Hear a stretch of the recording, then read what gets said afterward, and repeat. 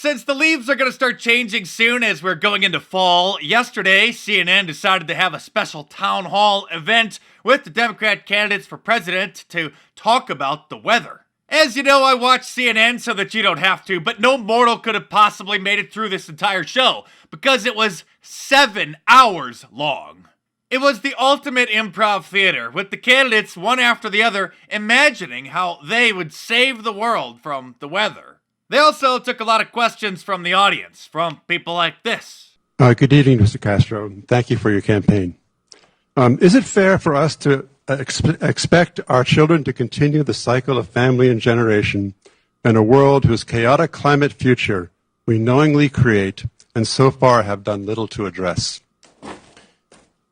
Well, I'll take this one, Joaquin. Sir, for you and all other liberals, it's a fantastic idea to not have any children. But not because of global warming, but because there's already enough morons walking on the face of the earth. So you don't need to be adding to that gene pool. Kamala Harris was asked by this person, if she becomes president, would she please use the government to stop us from eating our hamburgers? So let's go straight to an audience question now. Carolyn Corson is a lawyer from New York, Senator.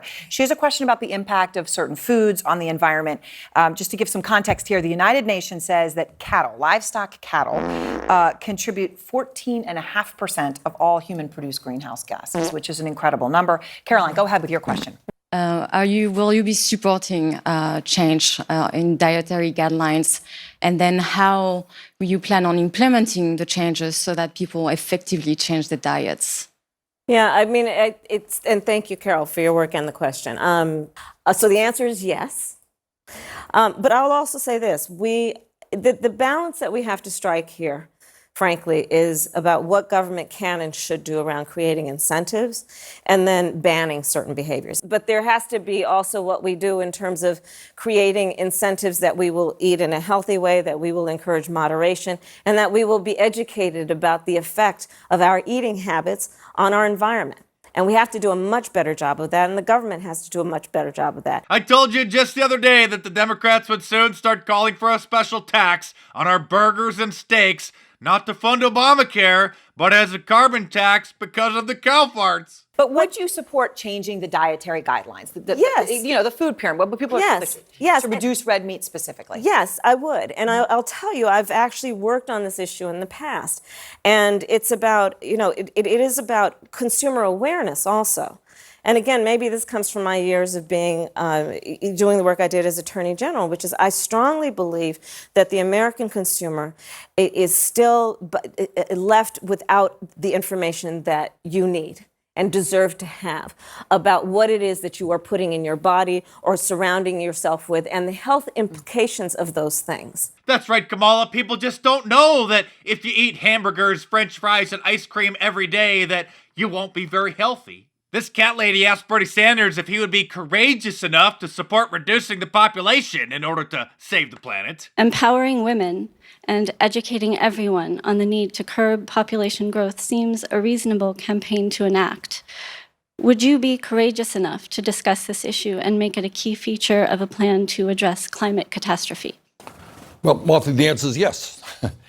And the answer has everything to do with the fact that it has everything to do with the fact that you support the mandates of the Georgia Guidestones, which commands that we reduce the world's population to 500 million people, about a 95% reduction from its current level. That way, the elite can use the transhumanist technology to become immortal cyborgs without us useless eaters getting in the way and using up the Earth's natural resources. Speaking of useless, Joaquin Castro was at the town hall event because, for some strange reason, he hasn't dropped out of the presidential race yet, and I did not doctor this video in any way by slowing it down or looping it whatsoever. This is what really happened. Good evening. Do you see any point in your career in public service where you wish that you had taken more forceful action to protect the quality of our air, water, and soil? And what would you do differently if you face a similar point today? I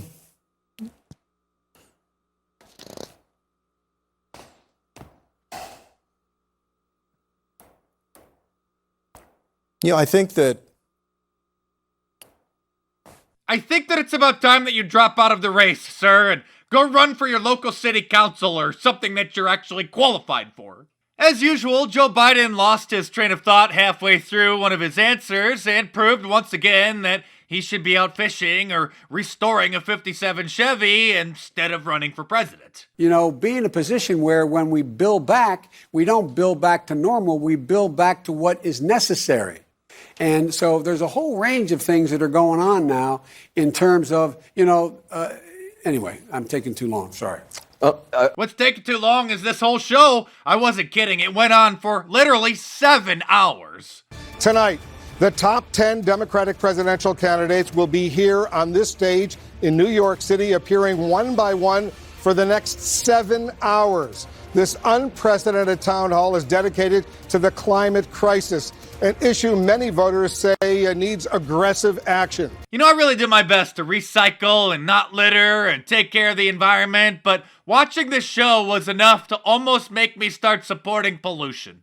I mean, what's next? Is MSNBC gonna try to outdo CNN's 7-hour-long marathon of madness with a 2-day event? Oh wait, what's this? Chris Hayes and Ollie Velshi will moderate Climate Forum 2020, a 2-day event featuring the 2020 presidential candidates starting in 2 weeks. Somebody should tell these people that there's already a channel that talks about the weather 24 hours a day, 7 days a week. It's called the Weather Channel. In California, they've already banned plastic straws, certain kinds of light bulbs, and now they're coming for our cheeseburgers. Some of it is with light bulbs, some of it is on straws, some of it, is on cheeseburgers, right? I gotta be having a nightmare because this can't be happening to me. If there's anybody out there watching this, subscribe to my channel if you're new here and get your I Love Global Warming shirt from my online store at markdice.com or click the link in the description below. Like all of my shirts, it's available in a t-shirt, long sleeve, and a hoodie, and a whole bunch of different colors as well. So head on over to markdice.com or click the link in the description below and check it out.